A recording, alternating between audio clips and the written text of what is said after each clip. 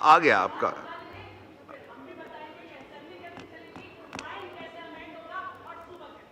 शुक्रिया शुक्रिया जी। ऑनरेबल असद कैसर साहब।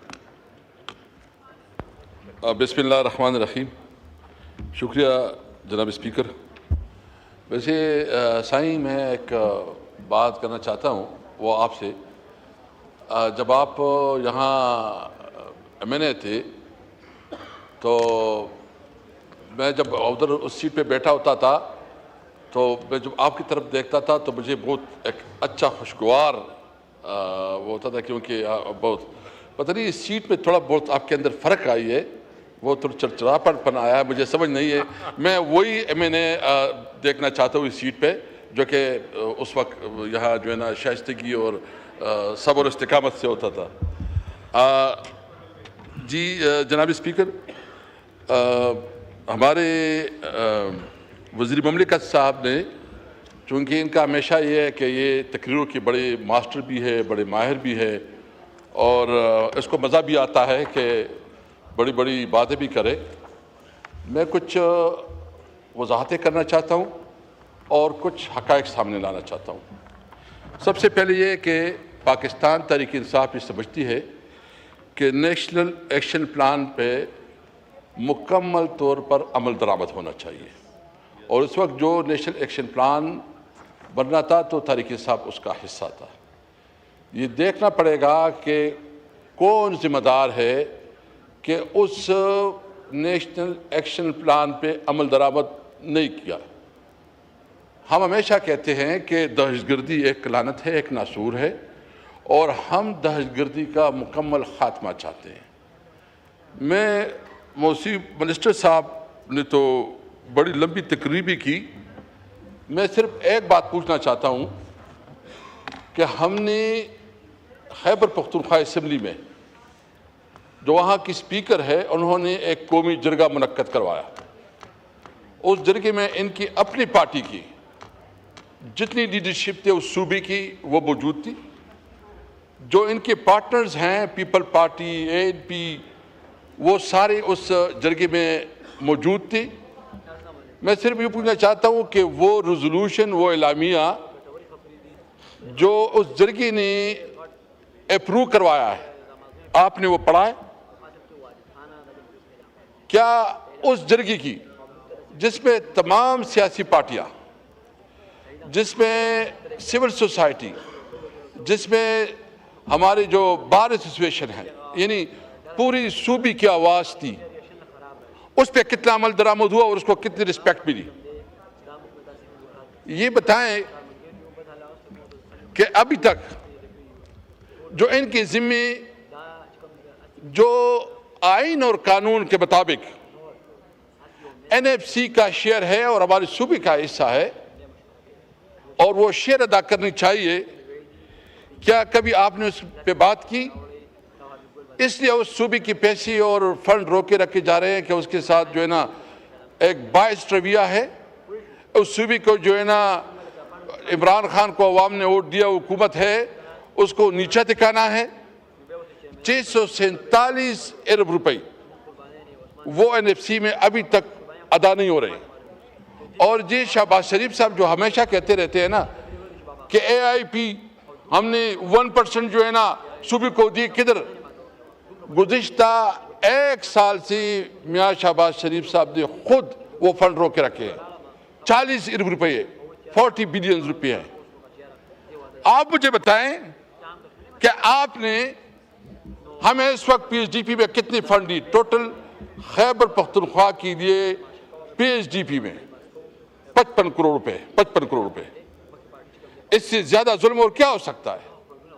और साथ साथ ही कि जो फाटा के साथ कमिटमेंट की गई थी, हमने नहीं की थी, इनकी हुकूमत ने की थी। सरताज अजीज की जो कमेटी बनी थी, इसमें फैसला किया गया था कि 1000 बिलियन 10 साल में खर्च होंगे या 3% NFC अवार्ड में तमाम सूबे और वफाक शेयर देगा। मुअज़्ज़ज़ मिनिस्टर साहब बताएं कितने आपने अभी तक पेमेंट किए हैं?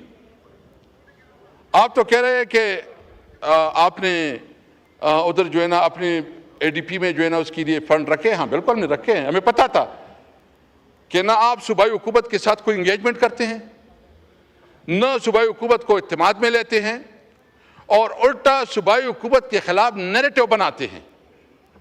कभी चीफ मिनिस्टर, वो चीफ मिनिस्टर जो कि मिडिल क्लास से ताल्लुक रख रहा है, वो चीफ मिनिस्टर जो एजुकेटेड लड़का है, वो चीफ मिनिस्टर जो जो जो पहली दफा आवाम से नुमाइंदगी करता है, उसके खिलाफ कभी आप दहशतगर्द उसको बनाते हैं, कभी आप इसको स्मगलर बनाते हैं। शर्म नहीं आती?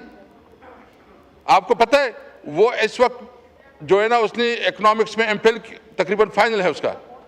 एक एजुकेटेड लड़का, एक बहुत संजीदा लड़का और एक यंग लड़का, उसको मौका मिला है, और आप जो है ना आते हैं या नैरेटिव बताते, देखो अपनी ज़मीर को भी थोड़ा देखो, अपने अंदर भी थोड़ा देखो, पहले किसी के बारे में मालूमात तो हासिल करो।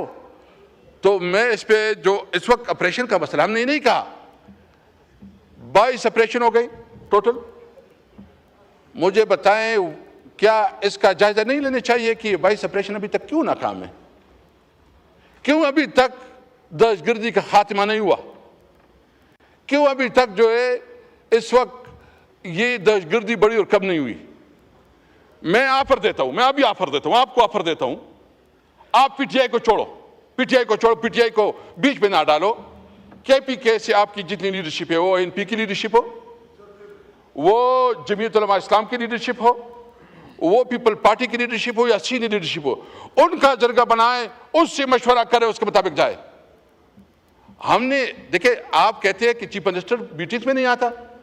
एक तरफ आप सुबह शाम जो है ना आपके मिनिस्टर जितना बोली बोलती है उसके खिलाफ तकरीरें करते हैं, उसको दहशतगर्द साबित करते हैं, उसको स्मगलर साबित करते हैं, और फिर कहते हैं हमारे साथ बैठो। आपका कोई रवैया है? ये तरीका, ये कोई इंसानियत का रवैया है? और आपको पता भी नहीं है कि किस तरह बात कर रहे हैं। हमने क्या किया, हम अमीर मकाम साहब के दफ्तर में जरगा लेके गए, हमारा सूबाई सदर और हमारे सब साथ थे, इज्जत दी, उसको रिक्वेस्ट की। हम मौलाना फजल रहमान साहब के घर गए, हम एनपी के दफ्तर में गए, एक एक के पास गए और हमने उसको बताया, गवर्नर के पीपल पार्टी के गवर्नर के पास गए, हमने उसको बताया कि भाई ये दहशतगर्दी पीटीआई का मसला नहीं है, सूबाई हुकूमत का मसला नहीं है, ये हमारे पूरी सूबी आवाम का मसला है। आए मिलके एक मुश्तरका पॉलिसी बनाए। हमने इज्जत दी। आप गालियां दे के कहते हो कि तुम आओ, भाई तुम्हारा कल्चर होगा, हम तो कभी ऐसी बात भी नहीं करेंगे कि जो हमारी ज़मीर हमें इजाज़त नहीं देता। अगर संजीदगी है, अगर मुझे हमें अभी भी शक है कि आप जब अपने फंड नहीं दे रहे हैं, आप पूरा उसकी उस सूबे के साथ एक मुआहिदाना रवैया रख रहे हैं, एक बाइस रवैया रख रहे हैं, उसको कमज़ोर करना, उसको नाकाम बनाना, और हर तरीके से कभी कहते हैं गवर्नर राज लग जाएगा, कभी कहते हैं फलाना ये क्या, एक मुसलसल रखी हुई है। और वहाँ उसकी वजह बुनियादी ये है कि सिर्फ और सिर्फ उससे इंतकाम लिया जा रहा है कि उन्होंने इमरान खान को वोट किया दिया। जनाब स्पीकर, देखें ये बहुत संजीदा मामलात होते हैं। मेरी तो ख्वाहिश है कि आप इस टॉपिक को खोलें और ज़्यादा से ज़्यादा लोग उसके ऊपर बात करें। मैं तो ये तजवीज़ करूँगा, मैं ये तजवीज़ करूँगा स्पीकर साहब, आपकी तवज्जो चाहिए, क्योंकि वो आई टू आई कंटेक्ट नहीं होता तो फिर वो तवज्जो ख़त्म हो जाती है, कि स्पीकर साहब आप खुद अपने ऑफिस में वो जरगा बुलाए जिस जरगे को हमने बुलाया था। इसमें चीफ मिनिस्टर साहब मैं कमिटमेंट करता हूँ कि चीफ मिनिस्टर साहब भी आएगा, स्पीकर के पी भी आएगा, तमाम पॉलिटिकल पार्टीज की जो लीडरशिप उसको बुलाओ और उससे पूछो तुम्हारे क्या मसाइल है। ये बैठ के क्या पता है इसको, इनको क्या पता है कि उधर क्या हो रहा है? इसको तो एक पर्ची मिलती है और उस पर्ची में एक तकरीर मिलती है, और तकरीर में ज़बान माशाल्लाह इतना है, इतना वो उस तकरीर में जो है ना पढ़ता वो फिर पढ़ते। संजीदा डिस्कशन है, आप संजीदा डिस्कशन को संजीदा रहने दें, देखे संजीदा लोगों को बिठाए और उसके लिए एक प्रॉपर बैठक हो, डिस्कशन हो, और पूरे तरीके से जो है उसके ऊपर एक पूरा डिबेट की जाए। तो मेरे स्पीकर साहब, ये बात जो मैं करना चाहता हूँ ये बहुत संजीदगी का तकाजा करता है। इसके लिए ज़रूरी है कि इस तमाम चीज़ों को आप अपने नोटिस पे लाएं। स्पीकर साहब, एक जो कल अचकज़ई साहब ने भी बात की, मैं उस बात को फिर से दोहराता हूँ, मैं इस बात को फिर से दोहराता हूँ कि नंबर 1, आप इस वक्त पूरी रीजन में अनसर्टिनिटी है, आपके अफगानिस्तान के साथ ताल्लुकात ख़राब है, आपकी इंडिया के साथ ताल्लुकात ख़राब है और इस वक्त ईरान में जो कुछ हो रहा है, पूरा एक रीजन जो है ना एक तस्वीर पेश कर रहा है कि बहुत सीरियस कंसर्न है। तो हमारी ये ख्वाहिश है कि इस टॉपिक पे जॉइंट सिटिंग हो और इस पे पूरी डिबेट हो जाए, और इस पे कोई सियासत का नहीं, पाकिस्तान की खातिर कि हमने इस मुल्क को इस क्राइसिस से कैसे निकालना है। देखिए, हमारा स्पीकर साहब, मैं कराची गया, कराची में आप लोगों की देखी, उस पर भी बात करूंगा थोड़ा। हमारा सारा दारोमदार अफगानिस्तान के साथ, मैं समझता हूं कि आपकी जो हुकूमत के कंसर्न है वो भी सही होंगे। मैं जो अफगानिस्तान की हुकूमत है उससे भी मुतालिबा करूंगा कि हमारे मुल्क की जो कंसर्न है उस इश्यूज़ को एड्रेस किया जाए। लेकिन भाई, डिप्लोमेटिक चैनल है, उसको इस्तेमाल करें, उसके मुताबिक जो है ना आप पड़ोसी को तब्दील नहीं कर सकते। हमारे बॉर्डर पे बहुत ज़्यादा कारोबार है, बिजनेस है, और हमारी पूरी इंडस्ट्री बंद हो रही है। तो इसलिए ज़रूरी है कि उनके साथ एक डिप्लोमेटिक चैनल के ज़रिए अपने मामलात को ठीक किया जाए। देखो, हमें किसी की सर्टिफिकेट ज़रूरत नहीं है। मैं पाकिस्तानी हूँ, पाकिस्तान मेरा है, मेरा जीना मरना इस धरती से है, मेरा जीना मरना इस मुल्क से है, और मैं एज ए पाकिस्तानी अपने ऊपर फख्र करता हूँ कि मैं पाकिस्तानी हूँ। मैं एक वो पाकिस्तानी, वो शहरी हूँ जो अपने मुल्क पे कानून और आइन की अमलबरदारी चाहते हैं। हम सियासत इसलिए करते हैं कि मुल्क में कानून और आइन की हुक्मरानी हो। तो इसलिए मेरी नंबर 1 मुतालिबा ये है कि जो हमारे कौमी जरगा हुआ है उसकी इजलास भी इधर बुलाई जाए। दूसरा हमारा मुतालिबा ये है कि जो कौमी जो जॉइंट सिटिंग है, इस पे खास कर इसके ऊपर डिस्कशन किया जाए। हम नेशनल एक्शन प्लान पे अमल चाहते हैं, तकरीर नहीं, प्रैक्टिकल अमल, और इसके भी पॉइंट आउट होने चाहिए। मैं आखिर में सिर्फ कराची के हवाले से बात करूंगा। हम गए थे, चूंकि गुल प्लाजा में जो बहुत अफसोसनाक वाक़या हुआ है, तकरीबन 28 अफराद शहीद हुए हैं, और वहाँ काफ़ी लोग जो है ना अभी मिसिंग हैं। बहुत बड़ी तबाही हुई है, और चूँकि अचीज़ी साहब तो ख़ुद विज़िट कर गए हैं, उधर गए थे, उधर की तकलीफ़ और आहा वो हमने सुनी है। हम कराची की आवाम के साथ है, चूँकि आपकी हुकूमत है उधर, और हमने देखी है कि कराची की टूटी फूटी सड़कें, कराची की जो पानी का बदतरीन मसला है, और दीगर जो है हमने कमिटमेंट की थी कि हम इधर करेंगे, असम्बली की फ्लोर पे वो बात करेंगे। तो मैं अपनी पीपल पार्टी की लीडरशिप से और MQM से भी रिक्वेस्ट करूँगा कि कराची को कम से कम पानी दो, जो इंफ्रास्ट्रक्चर है तबाह बर्बाद है उसका भी कोई मसला करो, और ये जो गटर में रोज़ाना बच्चे मरते हैं, और ये जिस किस्म की फायर अलार्म नहीं होती, और जो इतनी बड़ी जो वाक़यात हो जाती है और पूरी बिल्डिंग जल जाती हैं। और ये जगह जो थी, ये सिर्फ एक बिल्डिंग प्लाजा नहीं था, बल्कि ये एक कारोबारी हब था जो पूरी उसमें कारोबार होते थे। तो इसको प्रोटेक्शन के लिए सूबाई हुकूमत कोई मीनिंगफुल काम करे, हम मुतालिबा करते हो। दूसरे आखिर में ये कहूँगा कि हम कराची में एक जलसे के लिए गए, जलसा किया था, एक छोटा सा जलसा था वो, और हम चौधरी साहब गए तो उससे पहले जो मुंतज़मीन थी उसको पुलिस लेके गए थे, गिरफ्तार किए। भाई, ये क्या इस मुल्क में हमें जलसे जुलूस करने का हक़ नहीं है?